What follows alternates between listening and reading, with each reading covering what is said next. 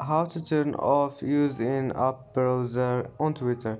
Hello guys, in today's video I'm gonna show you how to turn off using app browser on Twitter.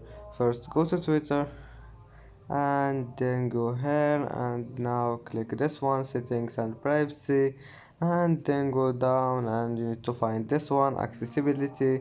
Click on it and then you need to find this one, display.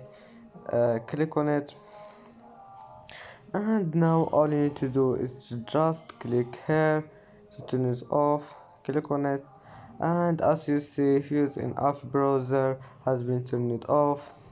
And if you want to turn it on again, just click on it. And that's how turn off using app browser on Twitter. And that's it for today's video. If you like this video, don't forget like and subscribe, and see you in the next video.